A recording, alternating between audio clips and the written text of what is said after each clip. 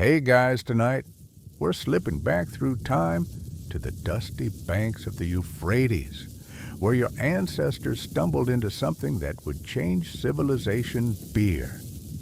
Picture yourself squinting at mud brick walls as the sun dips below a clay ziggurat, the air thick with the scent of fermenting barley and a hint of date syrup, like an ancient craft brewery before craft breweries were a thing. You probably won't survive 100 sips of this potent brew. Trust me, ancient Sumerian hangovers were legendary. So before you get comfortable, take a moment to like the video and subscribe, but only if you genuinely enjoy what I do here. Oh, and drop a comment with your local location and time so I know where you're tuning in from. I'm betting on Bangkok around 9-ish. Now dim the lights, maybe turn on a fan for that soft background hum, and let's ease into tonight's journey together. You drag your feet along a narrow canal embankment as twilight settles, the gentle lap of water whispering secrets in your ear. An unexpected flood last season left a patch of soaked grain smoldering at the edges. And curiosity led someone, perhaps a temple servant, to taste the cloudy residue. That first accidental gulp released a honeyed warmth that tickled the tongue and coaxed a smile out of even the sternest ziggurat guard. In the years around 3500 BCE, during the urban boom of Uruk, where writing was born and Gilgamesh's stories echoed through palace halls, this happy accident reshaped daily life and wages. Remember that sunscreen made from crocodile poop? Don't ask why they mixed those two up. The moment that wet grain was left out under the sun, wild yeast spores drifting in on the breeze turned soggy barley into something more than animal feed. The Sumerians didn't invent fermentation, they just rewrote its rulebook, turning a survival tool into social currency. Historians still debate whether Ninkasi, the goddess of beer, was invoked first to bless the brew or to explain away its side effects. But her hymn, inscribed on clay tablets, suggests a reverence rivaling that of kings. Soon enough, every temple and estate had its own bapir, bread, dried malted barley shaped into loaves, and communal mash tuns would bubble in courtyard pits as evening glow danced on rising steam. You crouch by a cracked clay vat, inhaling that warm, yeasty steam that hints at citrus and spice, even though you know no lemons grew here. Few people realize the ancient brew was often thick enough to require straws carved from reed to keep grain husk out of your teeth and avoid that awkward chatter with straw bits stuck between them. It's like sipping modern smoothies through a straw, except this smoothie might knock you off your sandals if you overdid it. The air carries distant shouts from a nearby building site where workers haul mud bricks for the next ziggurat level. Instead of coins clinking in their belts, they clutch crude clay mugs, halfway measures of beer that count toward their daily wage. This wasn't some back alley barter. Soon it became standardized. A laborer might earn 4 jugs of beer for a day's work, roughly equivalent to a month's pay in silver once you do the math. Crossbow shocked me too, but this economy was as liquid as the barley mash itself. As you stand, run your finger along the tablet inscriptions, cataloging grain yields and brewing records, tiny cuneiform marks that look like bird footprints if you squint. Those priests had spreadsheets too, though theirs were wet clay instead of Excel. They tracked barley weight, water proportions, and brewing time down to the hour, ensuring every worker got exactly their ration. Suddenly, laughter rings out as a novice brewer tips a vat too full, spraying frothy foam into the sky.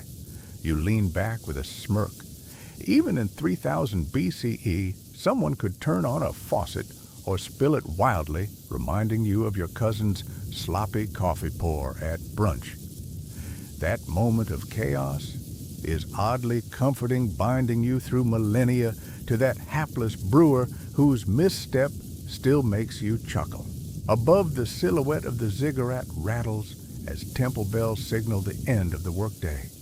You lift your own clay mug and take a cautious sip, cool, slightly sour, with earthy undertones that tickle the back of your throat. It's nothing like your favorite IPA, but it's real. You close your eyes, let the flavors swirl, and imagine the city coming alive under lantern light voices raised in toasts and temple hymns alike. In this first chapter of our journey, you've tasted the serendipity that launched 1,000 wage payments. The accidental brew on a flooded grain patch set the stage for a liquid economy that bubbled through every level of Sumerian society, from temple priests to bricklayers. And though your modern smartphone app can't quite rival Ninkasi's hymn book tonight, you're part of that lineage, sipping alongside the very first beer accountants in history. As the ziggurat's topmost candle flares, you feel the weight of tradition settle around you, an invitation to wander further down this barley-scented path. You wake to a chorus of desert larks darting across dew-slick fields, the cool morning air tinged with the scent of fresh earth and sprouting grain. You kneel in the furrow, tracing damp soil between your fingers like a kid playing in a sandbox, though sandbox therapy probably wouldn't grow much barley. Around 2100 BCE, when King Ur-Nammu was busy carving laws into stone tablets, one of history's first legal codes, farmers here were inventing the blueprint for beer by mastering the very soil beneath their knees. You carefully scatter fistfuls of barley seeds into rows longer than your longest text message thread, imagining tiny green shoots stretching toward the sun. Strange fact, they sometimes added crushed snail shells to the soil to adjust pH. Think of it as an ancient garden lime supplement, only slimier. Historians still debate whether that extra calcium made the barley sweeter or simply gave the bees a nasty surprise. As the sun climbs higher, you join other workers hauling water from an irrigation canal you helped carve the night before. You wedge a wooden plow pulled by a shaggy ass that trots more reliably than your morning coffee machine through damp furrows, turning the earth to a crumbly cake batter consistency. Your hands smell faintly of gamey horse sweat and freshwater algae, a combo that somehow works wonders for germination. By midday, you're knee-deep in soaking troughs where barley grains swell like tiny balloons, soaking up water for 2 days longer than any binge-watch session you've ever attempted. A light joke bubbles up. This isn't a spa retreat, but your barley is about to get a full VIP treatment. Once the kernels feel springy under your thumb, you shovel soaking barley onto sunbaked mats for germination. Within 48 hours, tender green shoots curl from each grain like miniature corn stalks, creating a grassy carpet that smells so fresh you half expect to spot a unicorn grazing nearby. Workers gently turn the sprouted grain every few hours, preventing it from matting into a soggy clump picture, someone fluffing pillows, but with more dirt. By the time your nostrils tingle with that sweet grassy aroma, the barley's ready to be dried. You spread the malt across large flat stones and let the sun bake out moisture, occasionally tossing it with reed rakes so nothing scorches. It's like handling delicate lace, except it's crunchy, dusty, and bound to coat your nostrils in pollen. With malted barley in hand, you retreat to a shaded courtyard where large clay ovens glow like miniature volcanoes. Here, the malt meets ancient culinary innovation, beer, a twice-baked barley bread that doubles as brewing fuel. You mash coarsely ground malt with date syrup and a pinch of salt, forming dense loaves that look more like medieval hockey pucks than pastries. A few hours of baking turns them into rock-hard slabs designed not for eating, but for fermenting.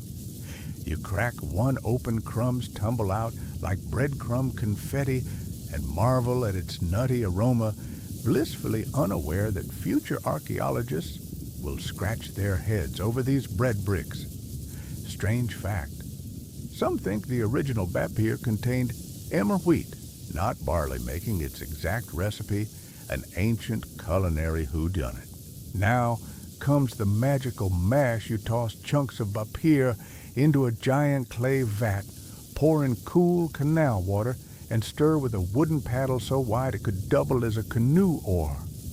The mixture hisses and bubbles, steam rising in lazy spirals that catch the afternoon light, turning it dreamy gold, like the world's first steamy latte art. You measure the mash's temperature by dipping your wrist, recalling that you once tried the same trick with boiling pasta water, soothing, until you realized your wrist doesn't enjoy scalding as much as you do. After a few hours, you strain the liquid through woven reed mats that filter out husks, the murky golden brew draining into fermentation jars, waiting like eager in boxes. Sealing the jars with a dough plug and storing them in a cool corner, you step back and admire your work rows of bulging clay pots that promise tomorrow's reward. You pat your stomach, half expecting to taste test immediately. Modern patience isn't your strong suit.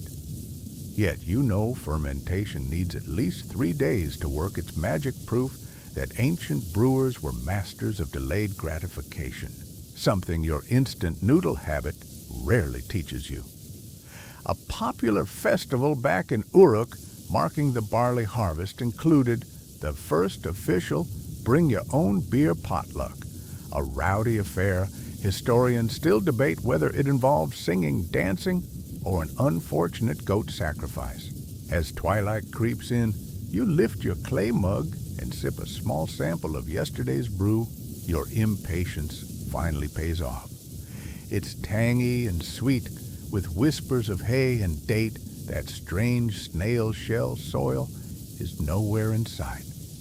The sunlight glints off tiny bubbles, racing to the surface, tickling your nose with promise. You relish the flavor, picturing workers centuries later toasting to your efforts under starlit skies, connecting through time via barley and water.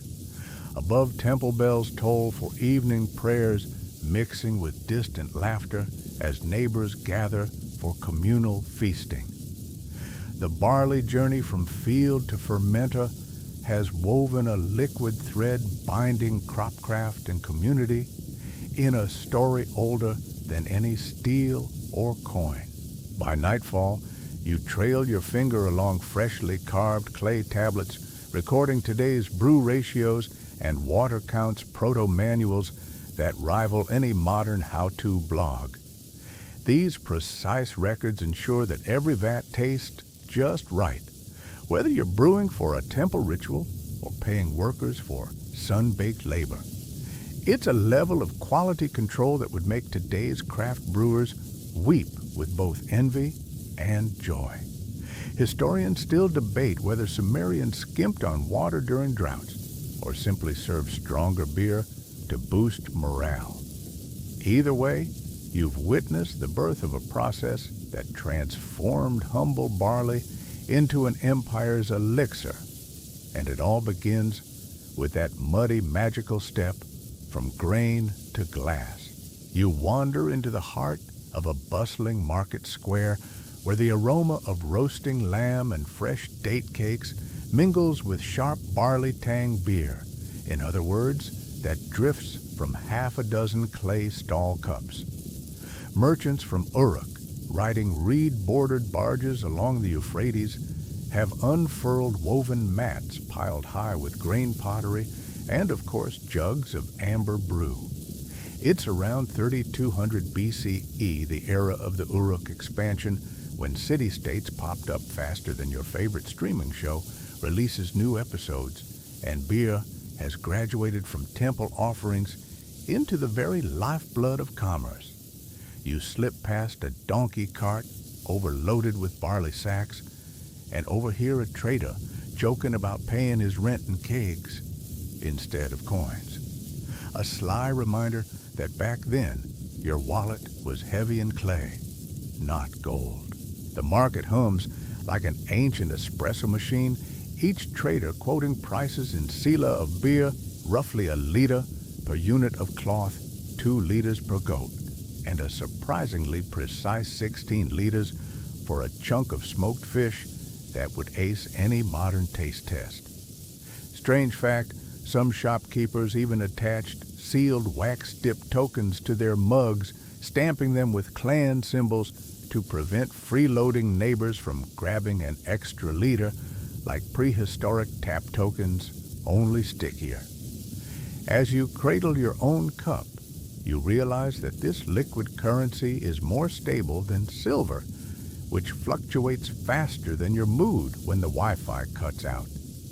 Historians still debate whether standardizing beer rations helped cement the first proto-banks, or simply fueled the world's earliest hangovers. Further down, you spot a ledger priest crouched beside a low bench, scratching cuneiform onto a damp clay tablet the size of your palm. His chisel dances through legal clauses. 1 sila of beer shall equal 1 shekel of silver. It proclaims, though enforcement varies by city. In Lagash, they sweetened the deal literally by adding date syrup, tipping the barter scale in favor of barley growers. Meanwhile, at Nippur, they insisted on pure barley brew, no additives, arguing that diluted beer was akin to counterfeit coins. You pause, imagining office politics, arguing over exchange rates only. Instead of Excel spreadsheets, they had slabs of clay that would crack in the rain. It's like debating Bitcoin versus dollar, except everyone's too busy avoiding floods. A pair of traveling potters rolls into view, their wheels mounted on ox-drawn carts. They exchange a set of painted cups for 30 sila of beer, negotiating in tones smoother than the glaze they'll soon apply. You can't help but grin. Their negotiation tactics mirror your own haggling at weekend bazaars. Except the last time you tried paying in funny-shaped bottles, the cashier gave you a confused look and asked for real money. Here, nobody blinks.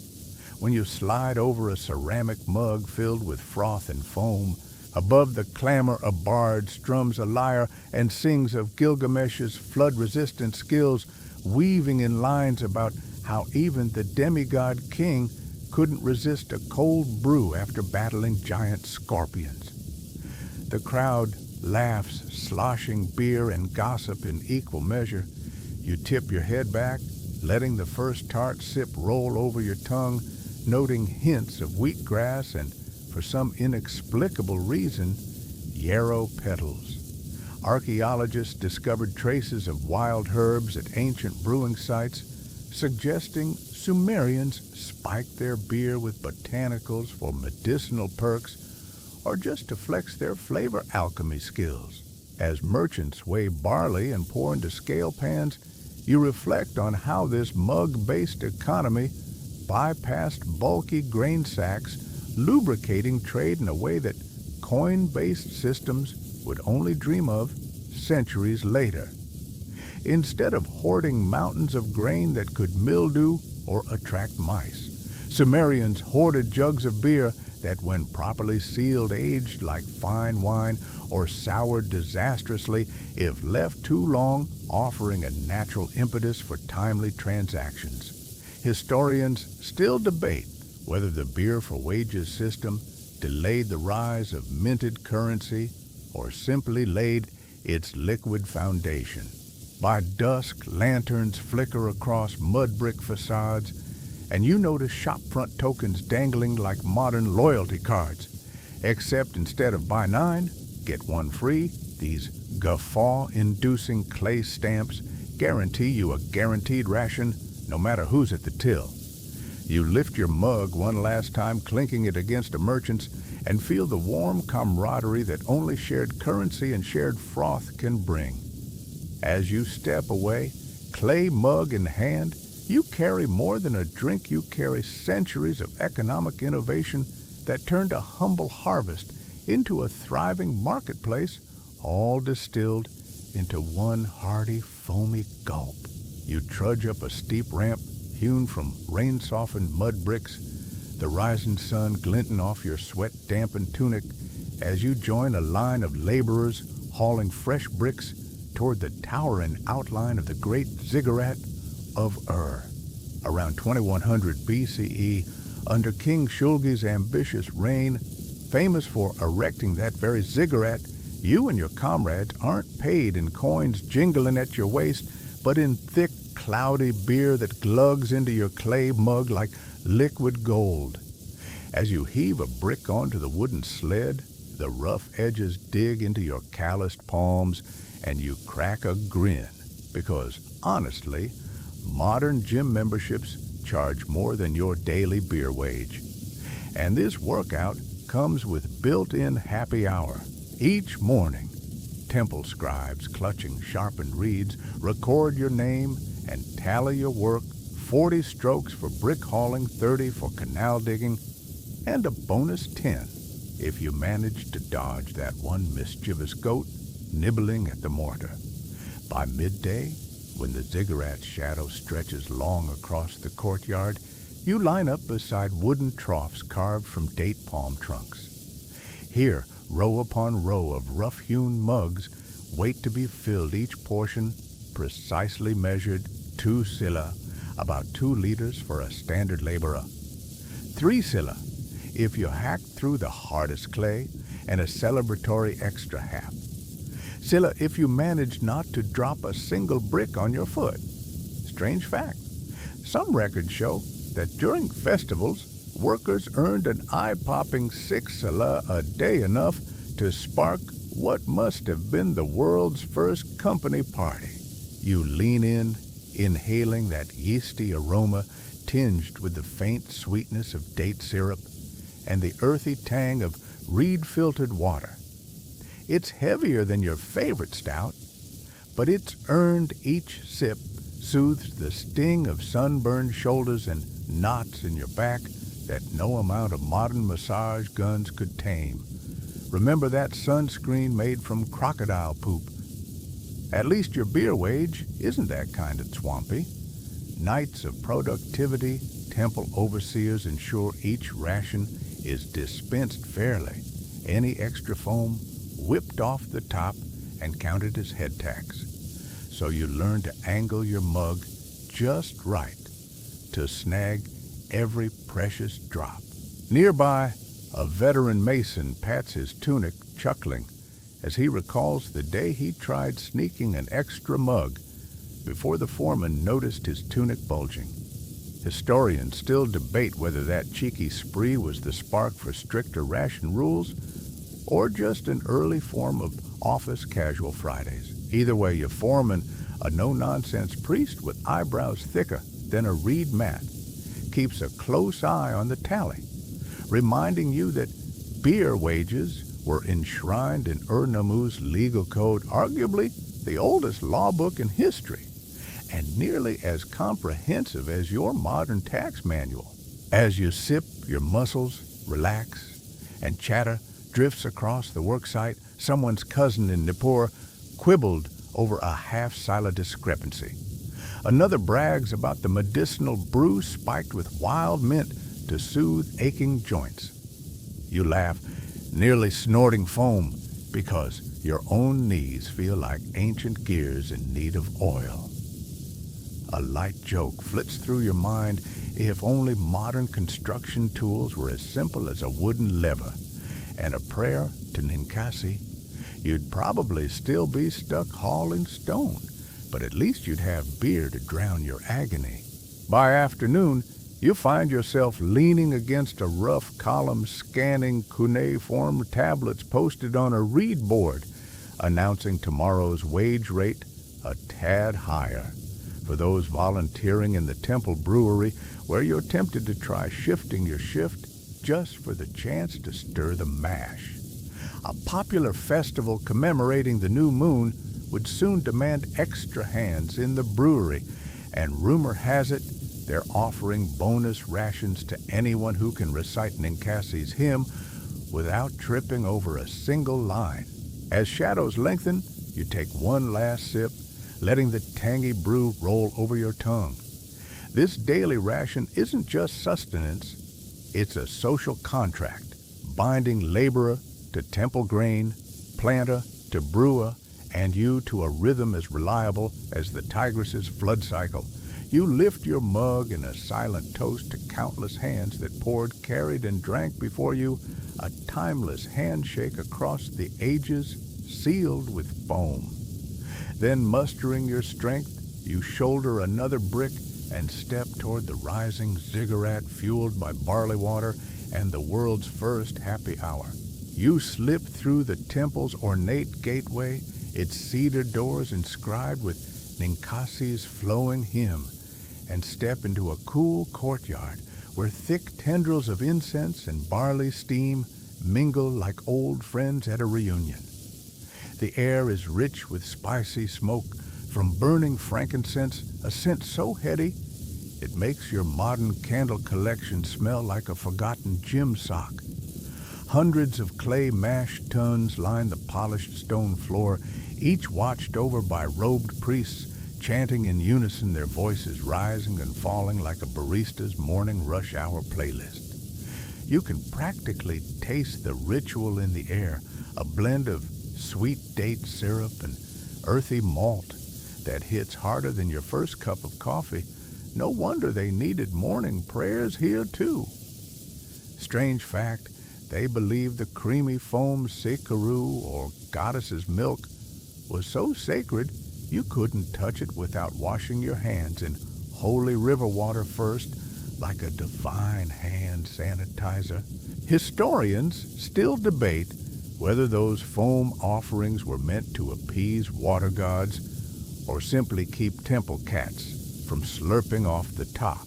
As you edge closer, a priest dips a reed-woven ladle into a massive vat, scooping thick mash that glows golden in torchlight and letting it drizzle back like lava flowing from a miniature volcano.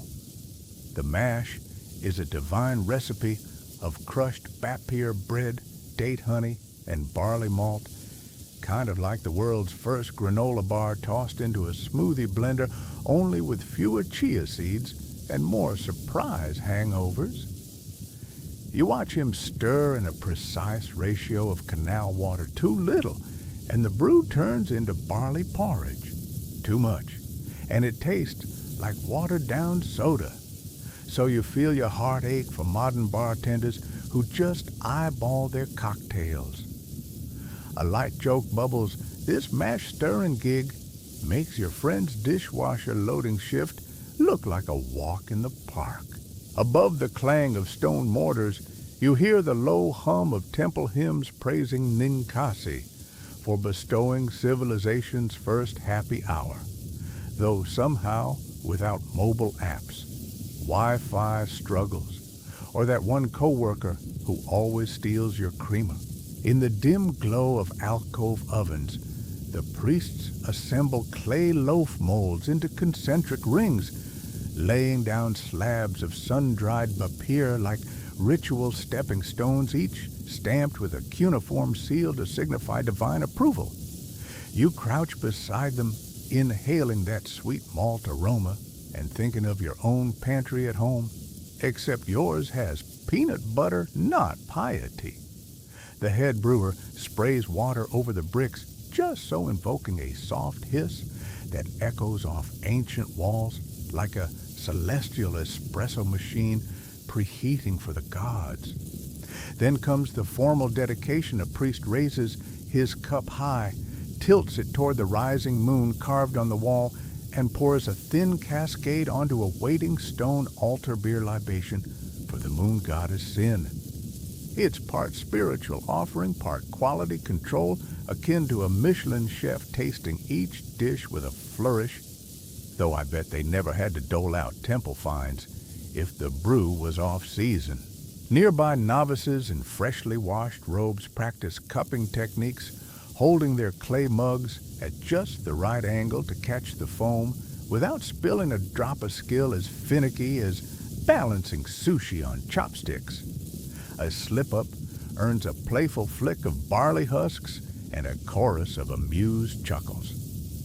You recognize that vibe the same when someone misses on their first go at a trendy latte art heart. Strange fact, some temple records note punishments for spillage so precise that brewers faced extra chores if their pour rate dipped below a sacred three-finger foam layer, which sounds like a bizarre cross between a beer pong rule and pottery class. As twilight spills through lattice windows, you join the final ceremonial toast priests line up beneath sculpted reliefs of deities, raising their own cups, a visual so meta it could be an influencer repost. Each lifts their mug voices, merging in a chant that feels like an ancient calling of cheers, and you clink rims in solidarity. Though your modern instincts itch to Instagram this. Imagine a hashtag, a divine draft in cuneiform. The cool barley elixir slides across your tongue, a complex swirl of honeyed sweetness and nutty depth that warms you from tummy to temples.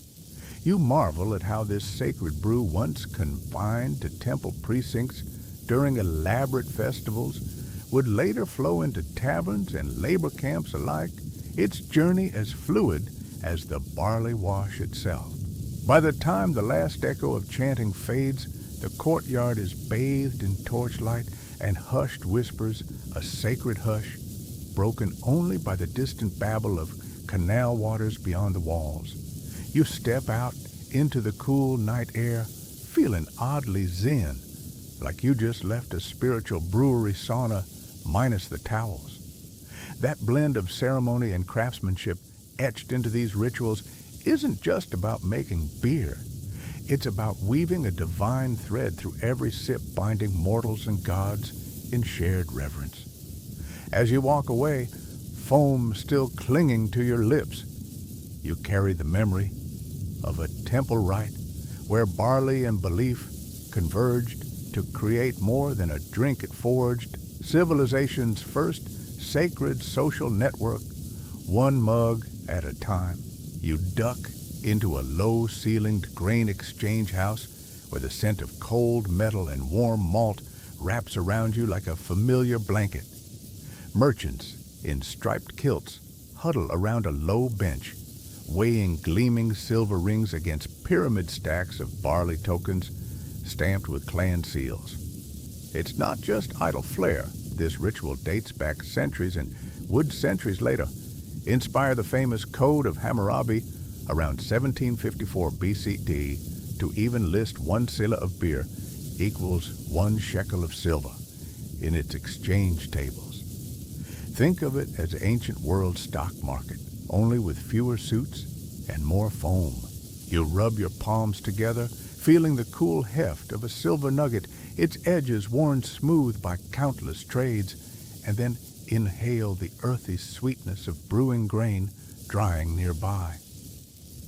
Strange fact, in some towns, a single day's work earned you 4 liters of beer, or exactly 16 grams of silver, a measure so precise that miscounting by a hair's breadth could land a scribe cleaning latrines for a week.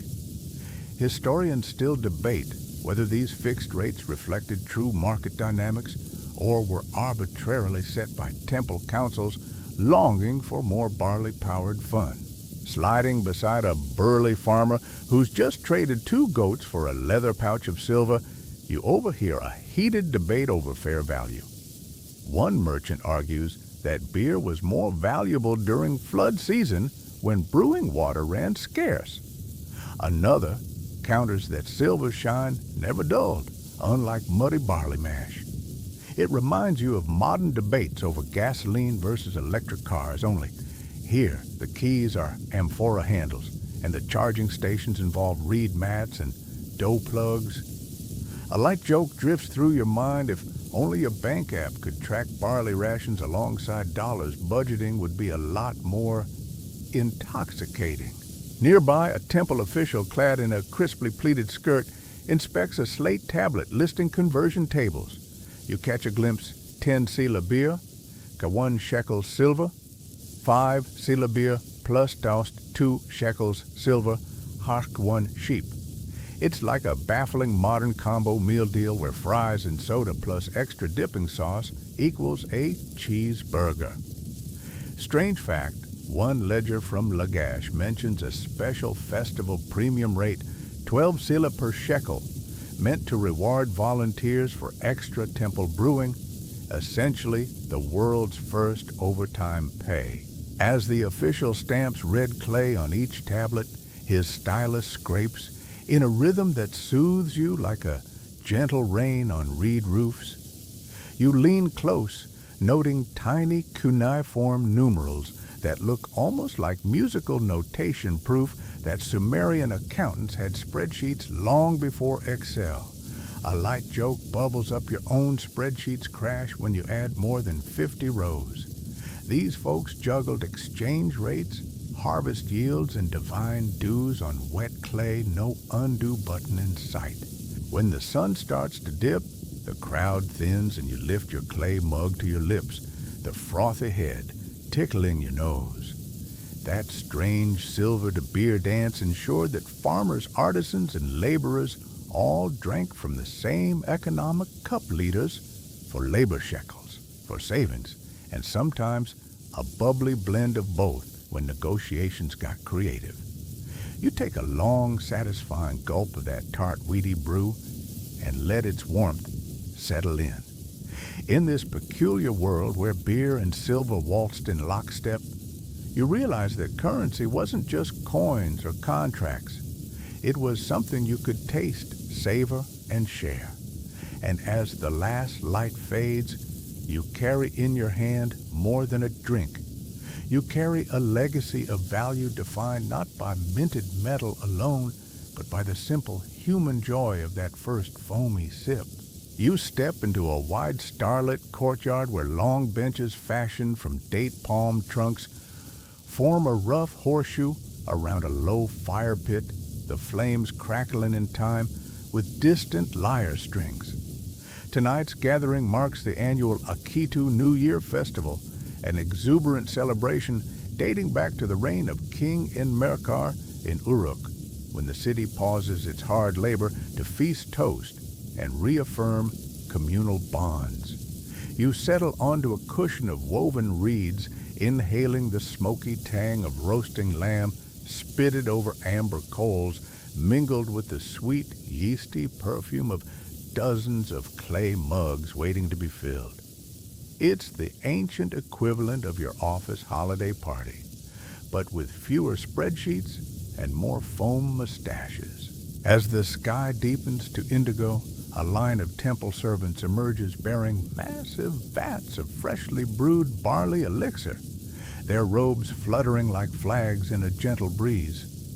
They ladle the murky brew into mugs carved with family crests, each handle engraved so precisely it rivals your neighbor's fancy monogrammed flasks. You raise your mug and greet in the cool weight, comforting in your palm, and take that first glorious gulp. It's creamy and malt forward with a surprising hint of juniper that reminds you of pine-scented air after a winter snowfall. Odd considering pine was rare this far south.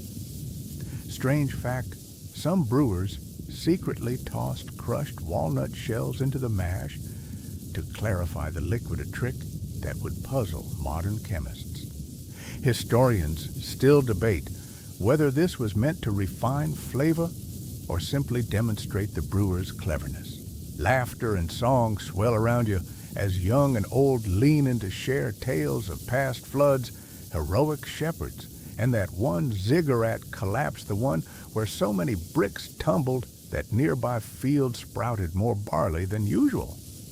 A bard strums his lyre, weaving a melody around a popular legend of Gilgamesh's sojourn, in which even the mighty hero paused his epic quest to savor a mug of liquid dusk, an enchanting image that still fuels Sumerian beer memes today. You find yourself recounting your own modern-day saga, braving a crowded noodle stall to the delight of your neighbors who chuckle at your tales of towering bowls and spicy broth. It feels oddly like swapping vacation photos. Except here, the backdrop is clay and date palms rather than concrete and neon signs. Plate after plate of honey-glazed, foul-braided flatbread and seasoned pulses circulate the circle, each dish designed to complement the barley's nutty backbone.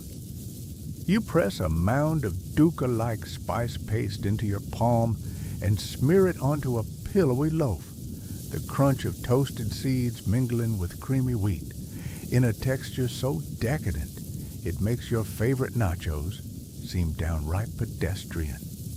A friendly brewer nudges you to combine it with beer foam on your bread, an ancient canopy that once tasted feels like culinary time travel. A light joke ripples through your mind.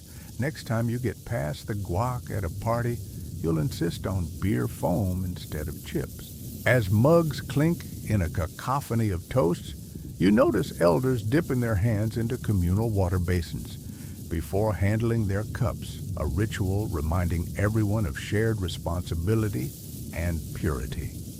Strange fact, some texts record that hands weren't merely washed but anointed with sesame oil afterward, believed to lock in blessings.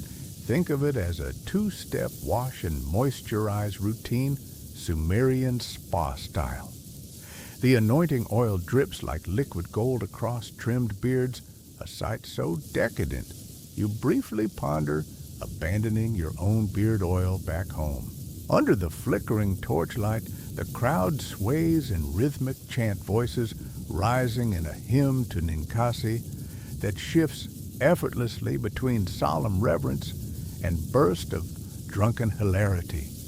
You join in your voice, a thread woven into this ancient social tapestry, and feel how beer feasts did more than drown thirst. They dissolved status barriers binding farmer to priest potter to scribe in solidarity. When the last sparks die down and the final mugs are drained, you linger in that moment of warm camaraderie, the courtyard echoing with contented sighs and shared memories. As you rise to leave, you carry more than a memory of roasted lamb and sweet barley. You carry the sense that throughout human history, nothing forges fellowship like passing a drink around the fire. In that breath, between one celebration and the next, you glimpse the timeless truth, whether in ancient Uruk or your hometown. A shared mug invites trust, laughter, and the kind of bond no coin could ever buy. You slip into a low-ceilinged hall where dozens of clay tablets hang from reed racks like legal posters on a subway wall, the soft glow of oil lamps casting flickering shadows across each inscribed line. It's around 2100 BCE during King Ur-Nammu's reign, famous for the Code of Ur-Nammu, one of the world's earliest law books, and here beer wages are more than happy hour. They're codified right alongside theft and divorce. As you inhale the cool, musty scent of aged clay mixed with a trace of stale barley, you can almost taste the seriousness underlying every decree. You probably won't survive a day as a Sumerian scribe hawking fines by foamy ration, but at least your modern lawyer doesn't charge per brewer's ledger. A robed scribe taps a stylus against his lip and recites aloud, "If a man fails to deliver the agreed-to sela of beer as wages, he shall pay a penalty of 1 sela of silver." You lean in, noting the precision down to half-silo fines for overly foamy pours, and marvel that these ancient legislators had bureaucracy down cold, unlike your last DMV visit. Strange fact, one clause even prescribes extra beer compensation to laborers who spilled sacred mash during full moon rituals, as if to say, "Hey gods, overstep so we'll pay you more." Historians still debate whether that special full moon bonus encouraged moonlit mishaps or simply kept morale high when nighttime shifts got too eerie. As you trace cuneiform marks with your fingertip, you feel the chill of temple stone under your palms and hear the distant clatter of brewing pots being cleaned. A guard nearby samples a small cup from a sealed jar, testing for purity. He says, his eyebrows shooting up at the tart tang of date-spiked foam. It's like trying a kombucha you forgot you made 3 days ago, surprising, a bit wild, but strangely invigorating. You wink at him, imagining today's taste test being labeled an OSHA violation. Down a narrow bench, another scribe argues with a brewer over wage arrears. Your contract says 5 sila per canal digging day, not 4. The brewer, wiping sweat and malt off his tunic, retorts that canal mud adds bulk, so he earned the extra ration. Temple priests hover ready to invoke divine judgment, or at least the code's clause on dispute resolution, which prescribes arbitration by the high priest and a sacred oath involving a sip of the contested brew. It's like ancient small claims court, only the bailiff's mug is your seat. Outside, you catch a whiff of freshly baked beer and follow it to a side chamber where laborers queue for their legal rations. Each presents a stamped token proof of work, then receives the precise measure 2 sila. If they built walls, 3. If they cleared flood debris. You step forward, offering your own token, and feel the satisfying clink of clay halves joining. With mug in hand, you toss back a cautious sip, smooth, slightly sour, with a hint of reed smoke. The code ensures no underpour. If your mug's light, you could demand justice and a pour top-up before the day's end. As lamplight dances on those ancient decrees, you carry away a deeper respect for how law and lager intertwined in Sumerian society. This wasn't casual policy. It was social engineering by way of barley brew. And though your modern paycheck arrives by direct deposit, you can't help but envy the simplicity work for beer live. For beer, know exactly what every decree tastes like. You slip through a low, smoky doorway into the hearth-lit heart of a Sumerian brewery, where the scent of warm beer bread and simmering date syrup wraps around you like a familiar blanket, only this time the head brewer is a woman whose laughter and practiced hands set the rhythm. It's during the Grand Inanna Festival of Ur, circa 1900 BCE, when temple courtyards explode with color music and enough beer to float a reed barge, and countless women don apron-like sashes to oversee the day's sacred brew. You watch her ladle the mash with effortless grace, stir the frothy surface with a reed paddle, and hum verses of Ninkasi's hymn as though she's narrating the world's coziest ASMR video. Strange fact, many female brewers carried knitting needles at their belts ready to wind off barley husks. Caught in the mash, think of it as ancient lint rolling. Historians still debate whether these breweresses held formal priestly titles or simply inherited household duties that grew into full-time roles. As you draw nearer, you notice her swift, sure motions. She measures water with a carved ivory dipper that clinks against the clay vat like silver bells. Women in Sumerian society were often the first to master fermentation known as munus bapir, or by peer sisters entrusted with both domestic and temple production. You lean in and inhale that sweet, smoky aroma, realizing your kitchen at home has never smelled so spiritual. A light joke crosses your mind. Your own microwave meal routine could never compete with this level of artisanal ceremony unless your microwave started humming hymns. Across the courtyard, apprentices, mostly young women, skulk around stacks of reed baskets brimming with crushed spelt and barley. Under the breweress's watchful eye, they toss in pomegranate seeds and a scant handful of wild mint for a zesty twist. Few people know that Sumerian women pioneered flavored beers centuries before modern craft brewers latched onto experimental hops. Strange fact, some recipes even called for ancient frankincense resin, producing a brew that tasted like pine-scented incense, oddly refreshing, unless you're allergic to trees. Historians still debate whether these botanical add-ins were for taste medicinal purposes or simply to flex the brewer's creativity. Nearby, a chorus of voices chants a blessing to Ninhursag, goddess of birth and fertility, linking the act of brewing its own cycle of creation. You spot tablets propped against a low bench, recording daily wage allocations, where female brewers received slightly higher rations, 3 sila instead of 2, rewarding their dual roles as nurturers and producers. You tip your mug up, letting the foamy head catch the torchlight before you sip. It's thicker than any mug you've tasted, with notes of wild honey and reed smoke that anchor you to this moment. A subtle joke flickers through your mind.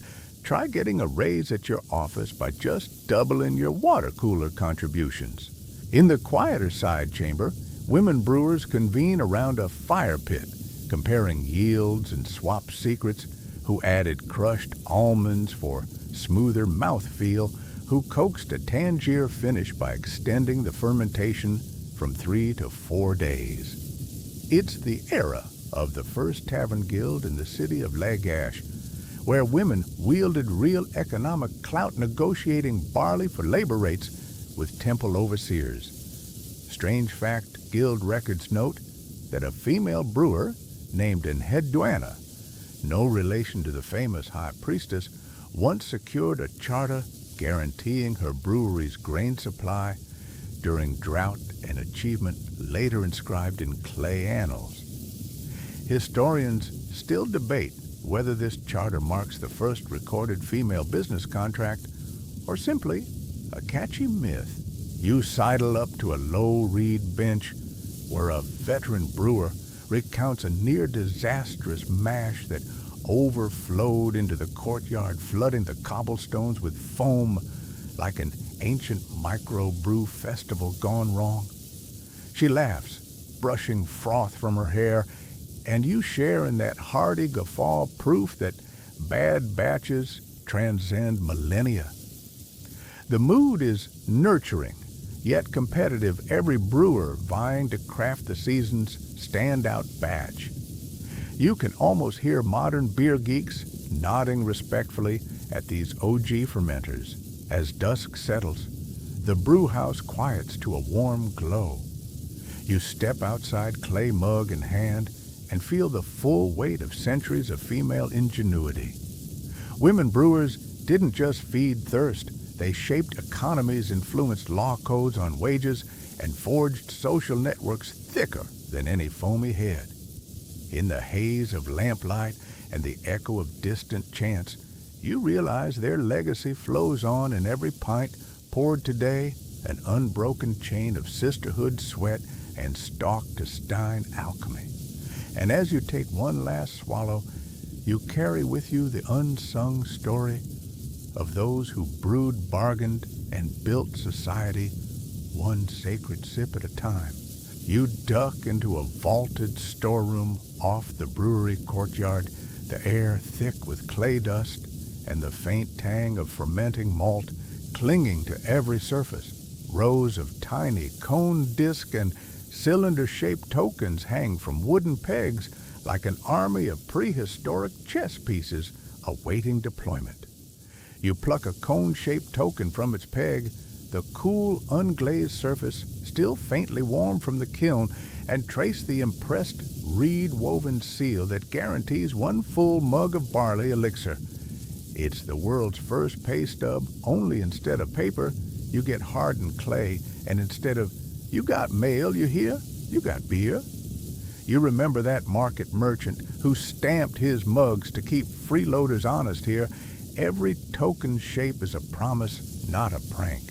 Around 2200 BCE, as the Akkadian Empire collapsed under drought and invaders, these humble tokens kept canal-digging crews across Uruk stocked with rations, proving that clay outlasts kings and kingdoms.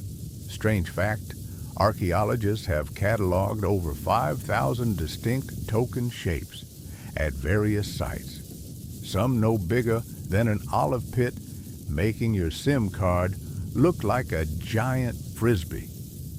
Historians still debate whether those myriad shapes corresponded directly to precise measures or whether their variety served a more ritual purpose tied to temple economies. A shaft of sunlight sneaks through a narrow slit window, setting the tokens to chime in harmony like an impatient xylophone.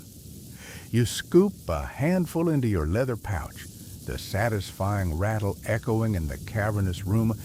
Imagine a medieval ringtone for wage paid. When evening falls, you'll march these tokens to the mashed tun, exchange them for foamy mugs, and empty your pouch with more glee than someone hitting redeem points on a loyalty app. A light joke flickers.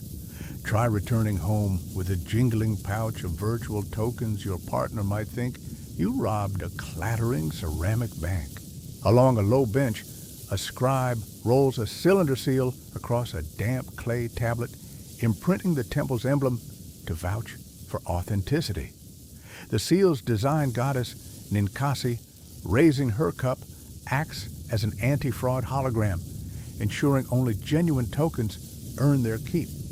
You lean in, tracing the delicate ridges with your fingertip. No pin code here, just a goddess's blessing stamped in wet clay. Strange fact, some seals even depicted goats dancing around brewing vats, suggesting ancient brewers appreciated a bit of whimsy in their legalese. You sidle past apprentices chanting the token code book, 8 shapes, 8 commodities, like a barista memorizing drink orders. One winks and quips that someday folks will carry tiny slabs of silicon storing thousands of data points. You laugh, realizing he's describing your credit card. Historians still debate whether this token tablet system delayed the adoption of minted coins or simply laid the cognitive groundwork for money as abstract credit.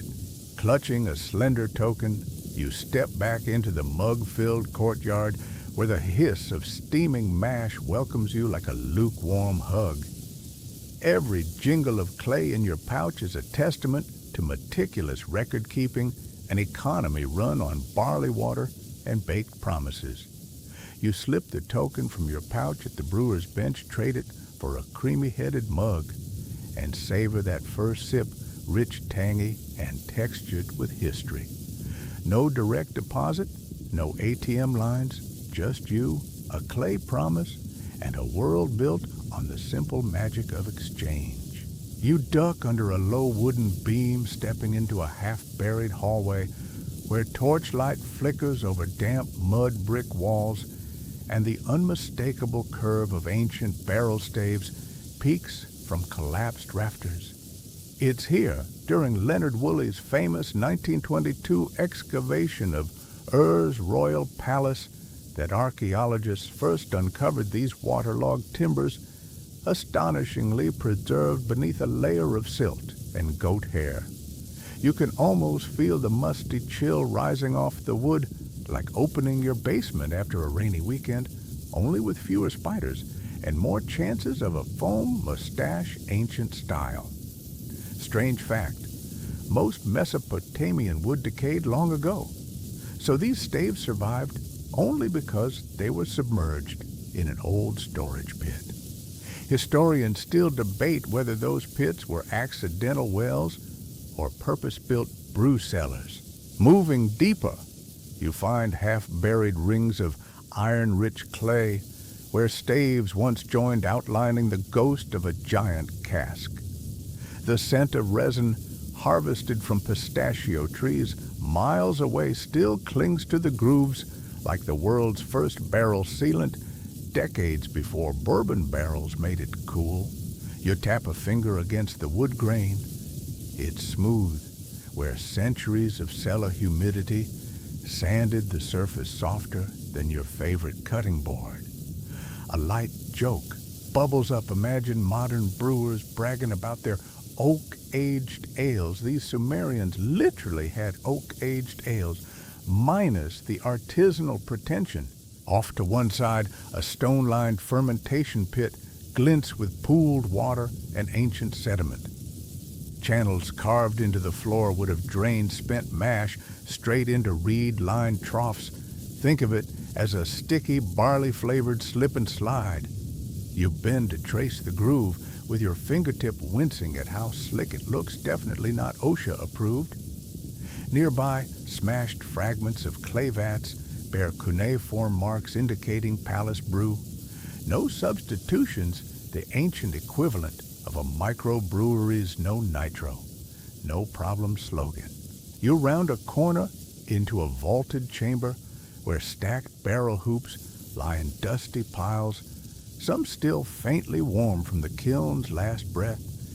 Each metal band corroded into pitted rings, once hugged wooden staves that could hold dozens of liters of wort. It's like gazing at a rack of champagne flutes in a king's wine cellar, only here the party pours barley and water instead of bubbly. Strange fact lab analyses show traces of date syrup residue inside some staves, suggesting palatial brews were sweetened luxuriously for royal tastes.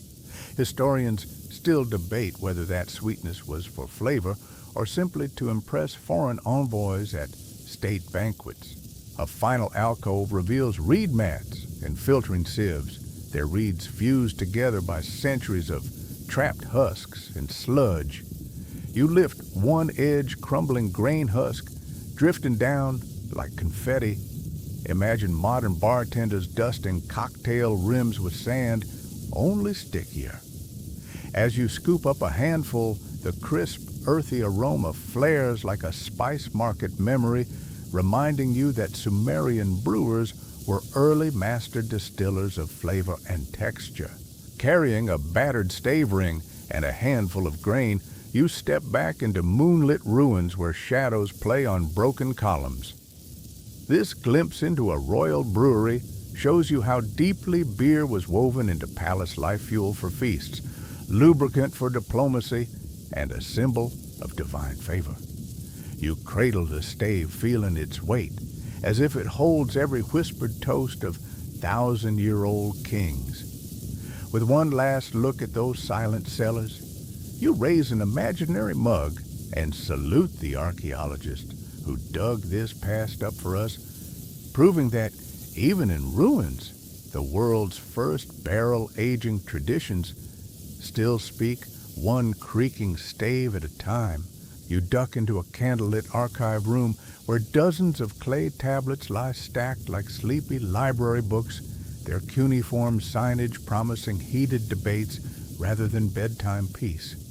It's around 1792 BCE, during Hammurabi's long reign, when his famous law code silently nudged the world toward more precise economic regulations, and you're here to witness the epic tussle over what counted as fair pay in beer versus silver. The amber glow of lamps flickers on the tablets as you settle onto a reed mat, the air thick with the sweet tang of old barley and the faint bite of dust. You probably won't survive a heated scholarly debate in sandals and tunic, but at least you've got a clay mug to cling to. A scribe unfurls a fresh tablet, and reads aloud the contentious conversion chart. 8 selah of beer shall equal 1 shekel of silver. It declares, though neighboring cities insisted on 6 or even 10 selah per shekel, depending on the season. You lean in, feeling the ancient chill of clay under your fingertips, and wonder how anyone kept track without modern calculators. Strange fact, some merchants in Isin recorded rates as fraction 7.5 selah per shekel, forcing scribes to master proto-decimals centuries before your phone's calculator app existed. Historians still debate whether these variances reflected genuine market forces or temple officials tweaking the numbers to stockpile more grain for brewing. Across the low bench, a grizzled economist scholar strokes his beard more reed fibers than hair and voices his theory that flood cycles drove price swings, making beer rarer and pricier in drought years, while silver mined far away remained relatively stable. He claps his hands for emphasis. In 1750 BCE, during that terrible drought, one must buy twice the beer for a shekel. You can practically taste the desperation in that line, like sipping watered-down coffee at 2 in the morning. A light joke drifts through your mind. Imagine arguing that Wi-Fi bandwidth costs more during monsoon season. Your internet provider would never go for it. Nearby, a temple priest interrupts, insisting that rate disparities came from clerical errors. Clay tablets warp in humidity after all, and that only the High King's edict could settle the dispute. He taps a finger on a tablet bearing Hammurabi's seal, a stylized arm raising a mace, and quotes a section, "No grain manager may alter beer to silver ratios without royal assent." It's like your local government stepping in to fix gas prices, only with more grindstones and fewer protests. You sip your mug to steady your nerves and note how the brew's bitterness slices through the velvet darkness of the archive, lending clarity to the cacophony of opinions. Someone jokes that if they could mine beer like they mined silver, they'd bypass all these politics, and everyone laughs, foam flecking their tunics like confetti. Strange fact, a previously unknown tablet unearthed in 2023 suggests an experiment where officials paid wages in half beer, half silver, an early hybrid currency that never quite caught on. Historians still debate whether this was a clever hedge against shortages or simply a scribal prank gone too far. As the debate winds down, torches gutter and the air cools. You rise your clay mug empty and your mind brimming with questions. Was beer truly equal to silver, or did human whim and weather decide its value? Were workers richer in barley when metal ran low, or did temple councils hoard barrels until silver flowed again? You step back into the courtyard's night air senses, alive with the scent of fermenting mash and cool stone, carrying with you the realization that in Sumerian society, value wasn't dictated by metal alone, but by the simple, soul-stirring alchemy of grain water and human agreement. As you look up at the stars once observed by Hammurabi himself, you grasp that the oldest debates aren't about right or wrong. They're about finding balance in a world forever in flux. You slip into the dawn-lit yard where canal diggers yawn and rub sleep from their eyes, only to find half the crew still swaying from last night's bonus rations.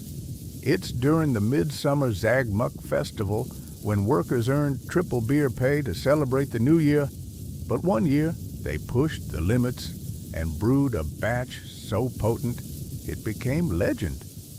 You watch as 2 bricklayers stagger across the yard, one attempting to carry a wheelbarrow full of fresh bricks, only to topple sideways in a tumble worthy of a slapstick play. Modern safety inspectors would have a field day, but back then, temple overseers simply scribbled extra rest day beside their names on the wage tablet. You inhale that familiar tang of stale foam mixed with morning mist, recalling how the previous year's overindulgence nearly derailed the grand repair of the Eanna Temple. Instead of laying bricks, the crew spent half a day serenading each other with off-key hymns to Ninkasi, turning the worksite into a quasi-tavern karaoke. Strange fact, one clay tablet humorously records a worker fined a half-silla of beer for singing too loud, as if his neighbors were owed something for ear relief.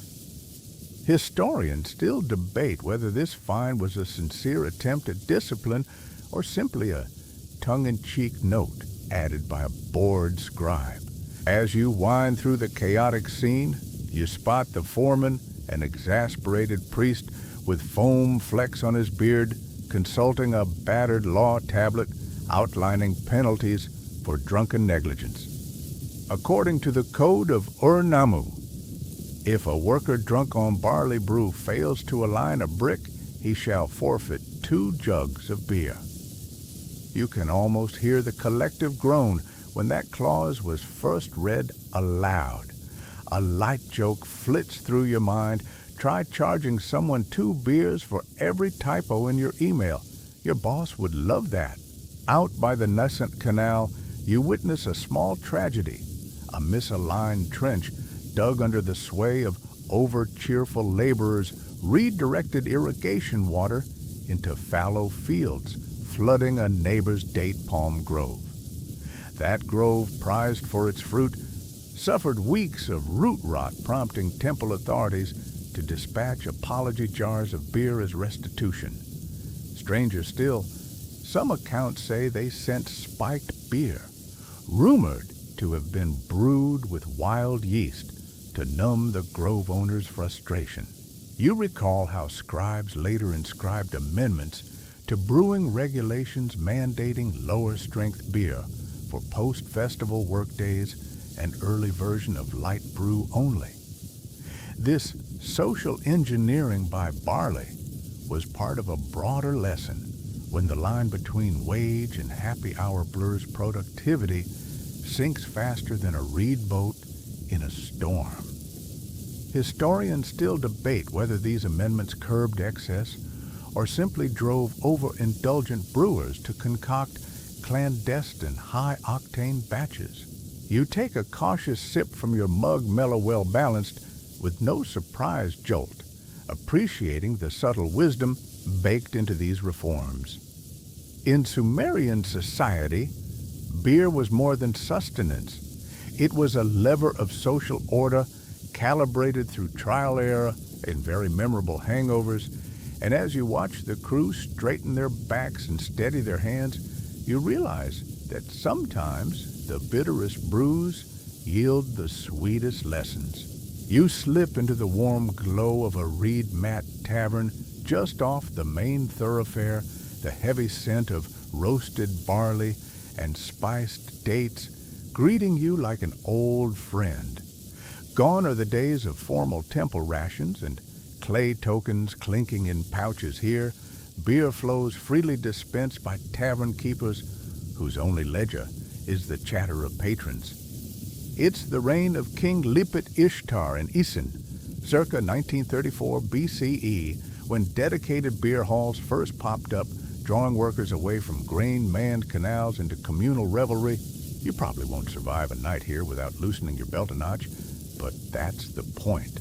Inside, smoke coils from clay braziers catching in your throat like campfire whispers as you grip a mug carved with a playful goat motif.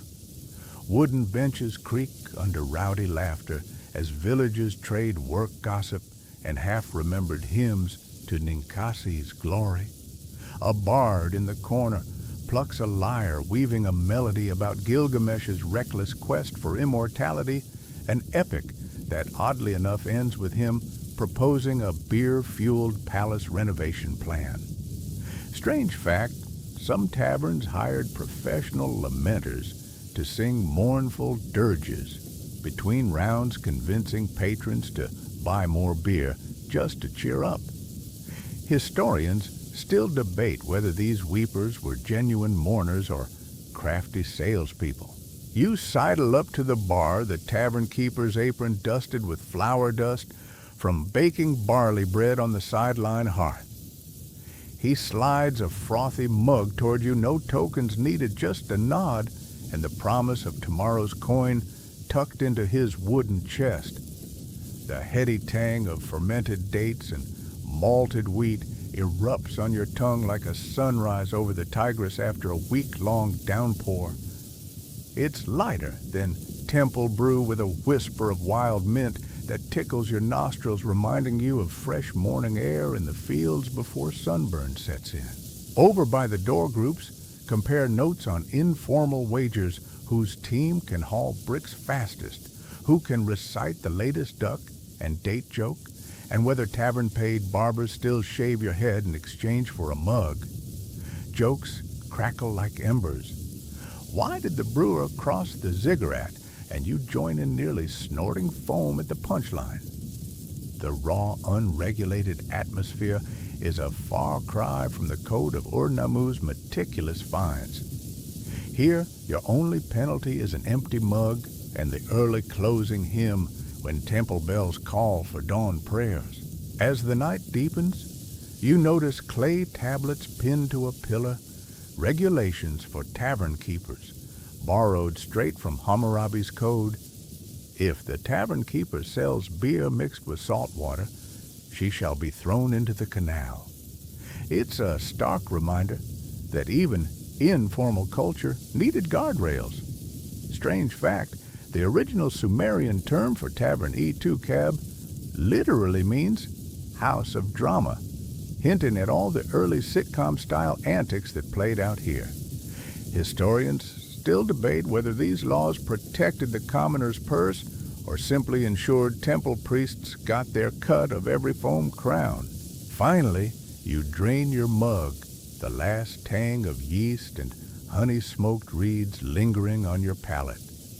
Stepping outside into the cool night air, you carry the electric buzz of tavern life, where barley-poured wages spilled into social bonds stronger than any contract. From clay tablet to tavern hall, the Sumerian journey of beer wages transformed economics into celebration forging, communal spirit, one foamy pour at a time. You stand on the threshold of dawn, the ziggurat silhouette etched against a pale sky as the world stirs awake around you. In earlier parts, you've walked mud brick streets, hefted clay mugs, and peered into the flickering glow of temple kilns. Now, centuries later, you realize that the simple act of pouring barley and water together created more than a drink. It sparked innovations in law, economy, and community that ripple into our lives today.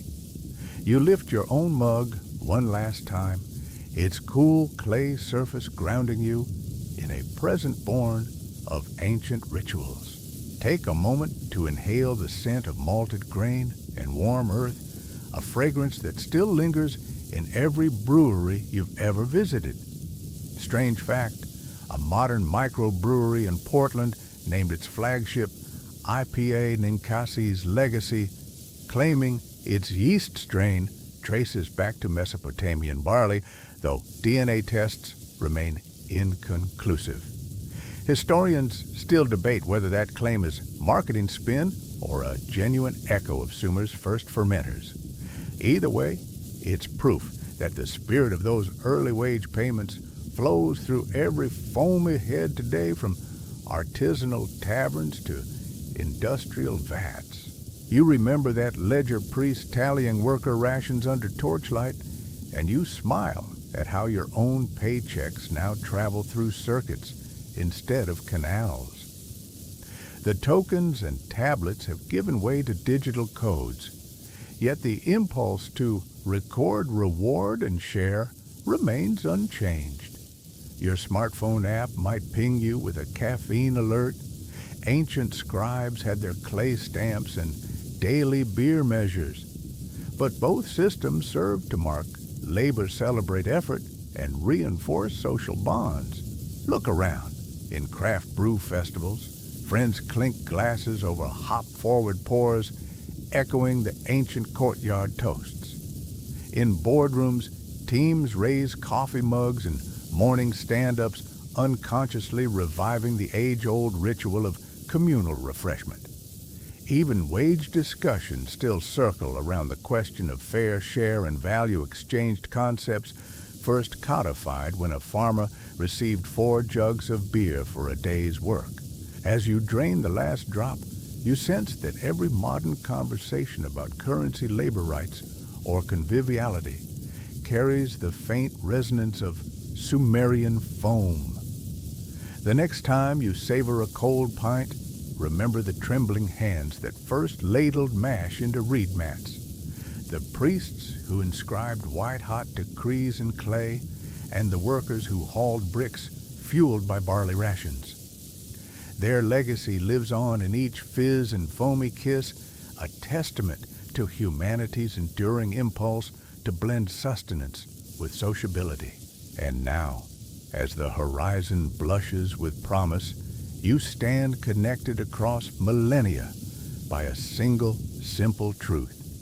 In the alchemy of grain water and shared craftsmanship, we find not just a drink, but the bonds that bind us. Slow your breath as the morning light softens, carrying with it the gentle memory of ancient barley breezes and whispered chants beneath starlit skies. Let each inhalation draw you deeper into a sense of calm, as if the soft footfalls of temple priests still echo across distant courtyards. Feel the warmth of clay and hearth, the hum of fermentation, the promise of renewal that arises when grain and water meet. In this quiet moment, all complexity fades, and you are cradled by the same rhythms that once lulled Sumerian laborers to rest after their toil. Allow your mind to drift on the hushed refrain of barley fields rustling in a midnight wind, each stalk a lullaby echoing across time. Here, there are no tokens to tally, no decrees to inscribe, only the soothing cadence of memory and the promise of newfound peace. Rest in the knowledge that every shared sip, every recorded wage, every communal toast echoes into eternity, weaving kinship across generations. Hush now, and let the barley's ancient hymn wrap you in comfort as the world awakens slowly around you. Close your eyes, breathe deeply, and surrender to gentle dreams filled with golden fields and soft, echoing laughter. May the echoes of those first brewers guide your rest and inspire your awakening. Good night.